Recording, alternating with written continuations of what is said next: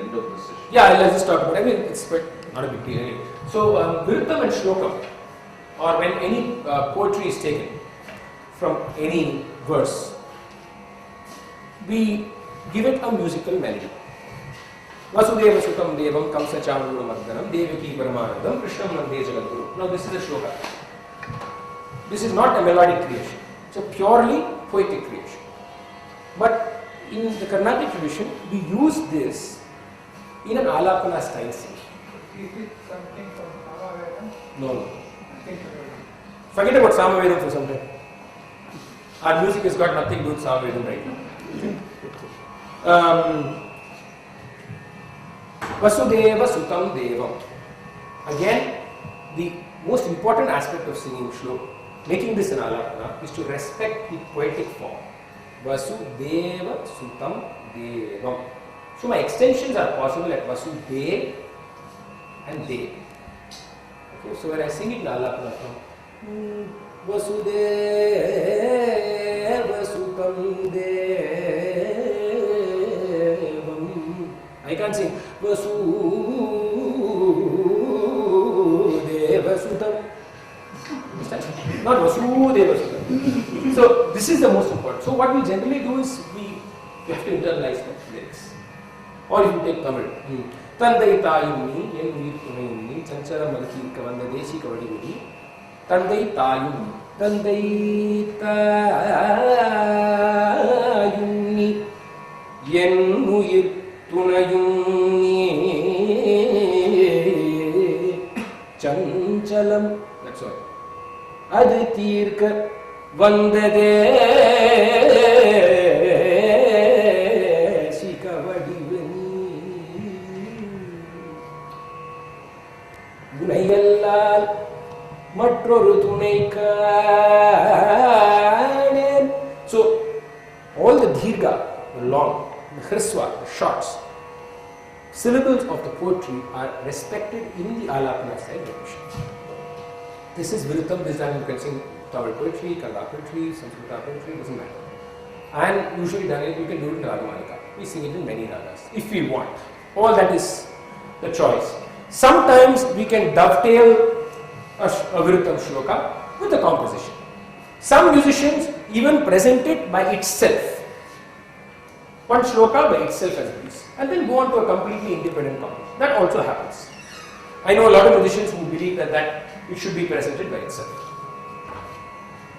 I have to deal with one thing Avartanam will talk about, but before that the Tani Avartanam, because it's the most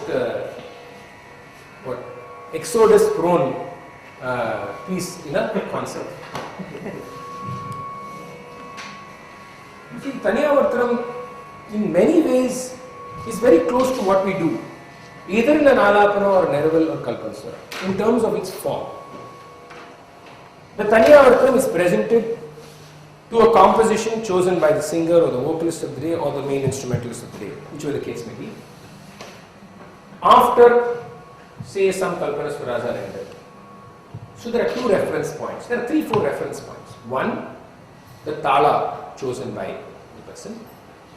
2, the laya of the tala. Hang on, laya of the tala, which means the actual speed. Okay. 3, also of reference for the person, is the exact position at which I sang Kalpanaswara. It could have been here or anywhere, right? That. 4, the aesthetic laya that is being overlaid in that line to the composition that has been rendered. Now if I sang Golaka is 1. What is it? Veda Shastra. You have 2 compositions. The way that form of that line is aesthetically developed in that line should also play a role. Should is the operative word. In the way a Tani Avartanam is built onto that point. So there are these 4 parameters. After a point of time, many of these parameters may disappear, but a couple of them remain. The first segment of a Tani Avartanam is just like an alapana, an introduction to us to the tala and to the laya. Just like in the alapana, I have an introduction to the raga and the sound of the raga. The Tani Avartanam begins with an introduction.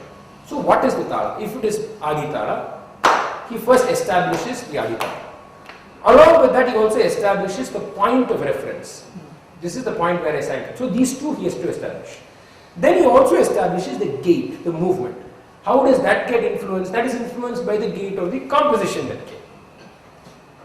Based on these three established facts, he starts building mathematical structures. So for example, I am not a mridangam artist, but I will try my hand at it. Dhin, dhin, dhin, dhin, dhin, dhin.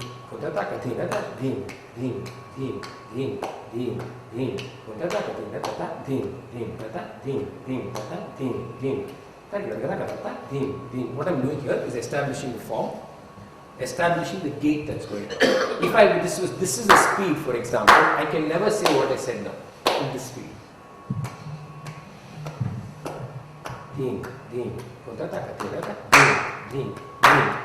So here the patterns begin. Now just like I said, a phrase is developed, here also patterns are developed. Two songs, two different five same laya also. Now Tani Avartanam is different? No? It can be different. Is it always different? May not be, but it can be different.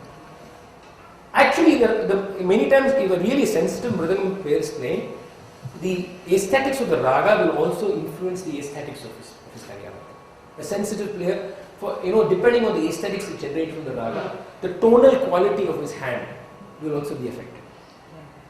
It should influence. Okay, you don't destroy a certain aesthetic framework that is created through melody because of rhythmic. You don't. But that can also happen. I mean, anything can happen in a concert. So that's not. So similarly, if I suppose start with tadim tam tam tadim tam tam tadim tam tam tadim tam tam tadim tam tam tadim tam tam tadim tam tam tadim tam. Now it's one phrase. Tadim tam was a phrase, but I developed it into three patterns. Tadim tam tam tata dim dim tata dim dim tadim dim tadim dim dim dim dim dim dim dim dim dim tadim tam. So just like I build phrases in an alapana, I build structures. They are building rhythmic structures. That's what they're doing within the laya and the tala form, with reference to the point of the end swara or wherever I sang. Okay. There are also mathematical forms that are presented by them, which are actually mathematically structured forms. The form is structured. There's something called a Korvai. Now, a Korvai is a completely mathematic form. When I say form, there are rules in which this mathematic structure can operate. A Korvai, I am just going to give you a basic what a Korvai is. I am not going to show you the possibilities. It has, I'll just give you very simply. Please understand this is base level. Okay? There's zillion things possible. A Korvai has two parts, known as the Purvanga and the Uttaranga, first and second part. So I first bring two parts. Okay? Then I say the first part can be divided into three. So I divide this into three. So we have A, B, C. I also say the second part can be divided into three. So then I have A, B, C. So this is Purvanga, this is Uttaranga. Then I say that between A, B, B, C and C, A, there can be a pause if I want. A pause. The length of the pause is dependent on me. I also say there can be a pause between A and B and B and C, but no pause after C, because C generally connects to the beginning of the tala or it shows completion. So completion, you don't want a pause. The connection between A, B and C has to be either an arithmetic or a geometric progression. It can't be arbitrary numbers. So if this is 5, this can be 6 or 7. If this is 5, this can also be 7 or 9, whatever. Or it can be geometric also. Then, this pause in between can also be a constant or again be corrected mathematically. And the progressions generally used are arithmetic or geometric. Okay? We don't go beyond that yet. I don't know when we will, but we probably will go to roots and all that, but not now. But similarly, this A and B and C also have to be connected arithmetically. What do you mean by geometry? Geometric progression is 1, 2, 4. Okay? Arithmetic is 1, 2, 3, 4, 5, 7, 9, whatever. So what you do in first speed, second speed and third speed is geometric progression. Very simple. When you do 1, 2, 3, 4, when you double it, double the speed, it's actually geometric progression. So that's why that's applicable here. Or arithmetic. Arithmetic is, it can be anything. It can be 3, 5, 7, it can be 1, 3, 5, it can be 1, 4, what, 1, 4, 7, whatever. It can go on. Also, this A and B and C also have to be connected. These two pauses are generally have to be a constant because you don't have a third variable. So to show a progression, we need at least 3 variables to show us the progression here. So there can be a progression only if there are 3 variables. What is the 5 simplified? That means taka kind of. 5 is a form. I'm saying it can be exactly. It can be so many ways. It cannot be taka. No, I mean 5 strokes. 5 strokes, or not strokes. 5. It can be 5 anything. It need not be strokes. It can be a 5 pause also. Sometimes you can switch it and do it. You can make this 5 as a 2 plus 3, for example, which means all the 5 may not show. For example, that ding. No, that ding is also 5. Taka takita is also 5. That ding is ta is 2, ding is 3. Or I can say taka ding. I can show 1, 1, 3. This 2 and 3 can be understood as 2 plus 3 or 1 plus 1 plus 3 also, or 2 plus 1 plus 1 plus 1, or 2 plus 1 plus 2. I can play with that also.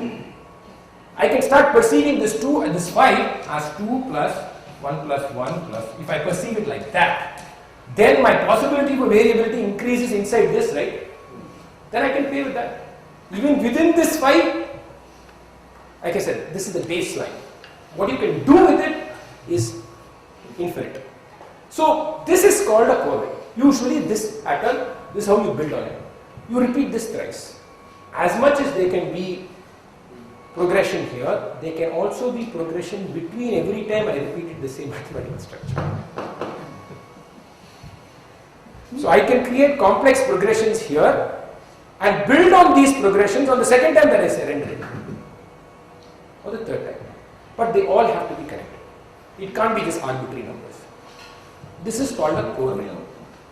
This is seen in a Tani Avartanam, and the same aspect is used also while rendering Kalpana Swaras by musicians in the end. If you notice the climax, Garisani Dhani, Risa Garisani Dhani, Sa Garisani Dhani, Garisani Dharisani Dhaba. You know what I sang now? Instinctively I sang this.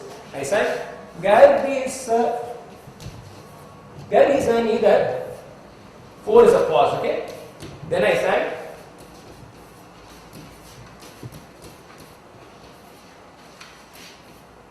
this is what I sang. Then I sang 5, 5, 5. This is the pattern I sang. Garisani Dhani, Risa Garisani Dhani, Sa Garisani Dhani. Purvanga over. Garisani Dharisani Dhabasani Dhababa. Then I sing Gama Pa Gama Bada Bada Ma Pa Ma Badani Dhani Pa Dhani Dhani Dhasaya Gama Bada Baba Badani Dhani Dhani Garisa. I could build on this. So it's 2 plus 2 plus 2 plus 5, right? Second round I say Garisa 3 plus 3 plus 3, 5. 3 plus 3. I can do anything. And all of you know this is, I can just. This is what is done in Tani Avartanam. A lot of Korvais are played. The same idea is used by musicians when they sing Kalpana Swara in the end to create a climax. Many musicians sing it. They've sung it in the past, sung it in the present, they've always sung it. In the end of a Tani Avartanam, the Tani Avartanam is usually segmented. The first segment has small rhythmic patterns established with Tala, played in the same, you remember Nadai, the word Nadai, in the same Nadai as the composition. So the Nadai of the composition is Chatusra, 4, you play Chatusra. Usually the second segment of a Tani Avartanam is a different Nadai. Segment is what is known as a Koraippu. I am not going to explain that now because it's very complicated. It's again a different mathematical idea, but Koraippu means reduction. Now put it very simply, if 32 is a Talam, Adi Talam, second speed is 32, the reduction will be 16/8, right? Right? If I was going to reduce it completely, correct? Now if I make this 64, in second speed it's 64, that is Rendu Kalai. 1, 2, 3, 4, 5, 6, 7, 8, 1, 2. If I do it in the Kalai, it is 64. Agree? Everybody understood this? When you're losing me, just tell me. The 64 can be reduced to 32, reduce 16, reduce. Now we play around with this. We say, forget about this 64. Okay, I'm only going to take 60 out of this and start reducing the 60. Or, let's put it different way. Can you tell me the closest multiple of 7 that will come in a 64? 63. Perfect. Okay, so now you reduce 63 for me quickly. Reduce it. 28. No,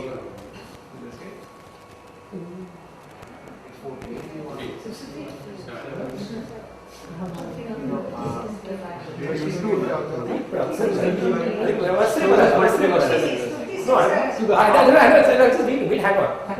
Right. Are you sure about this? I'm just saying half of that is 31, the closest is 28. I want you to, can you reduce this is my question. Full numbers. I said 28. No, I was asking, can you reduce it? You can't, right? So reduction is not possible. So what is the number? What's the other number you can reduce it? Closest of 7, multiple of 7. Good. Now reduce it for me. Now reduce it for me. So what they do now is they say within the 64, I am going to pick out 56. So if there is 64, difference is 8. So 8 beats after the beginning of the tala, I will start. I will divide by 7. Watch. 1, 2, 3, 4, 1, 2, 3, 4. I am going to say 7 as tat-teen, takita. Take it from me that it's 7. Okay? Tat-teen, takita, tat-teen, takita, tat-teen, takita, tat-teen, takita, tat-teen, takita, tat-teen, takita, tat-teen, takita, tat-teen, takita, ta. Now, this 56 is a fab lot of a number for me. I can do whatever I want with 56. I will now split it as 7 into 8. But I can do so much more with it. So they play around with this number like whatever they can do with it, in whatever speeds. This reduction of, you can't reduce more than 7 because you get a fraction. Just like you couldn't take 63. No, that when they do this, is this planned or is it improvised? Can be both. Can be both. Sometimes they have done a few variations and they implement some of the variations. Some artists do it right there. I know artists where I give them a talam which they never know and they are there. Within like 15 minutes they have thought of a new mathematical structure to build it. It's possible. As much as I can create a phrase, the great Mridangist can do it. They can do Korvai with this also? Yeah, I have done Korvai on stage too, so if I can do it, they can do it.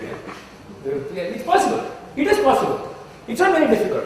I mean, if you get used to it, I told you this is a base line. You can, the structure itself can be manipulated with, right? This was the base structure, but I can't play with the structure itself.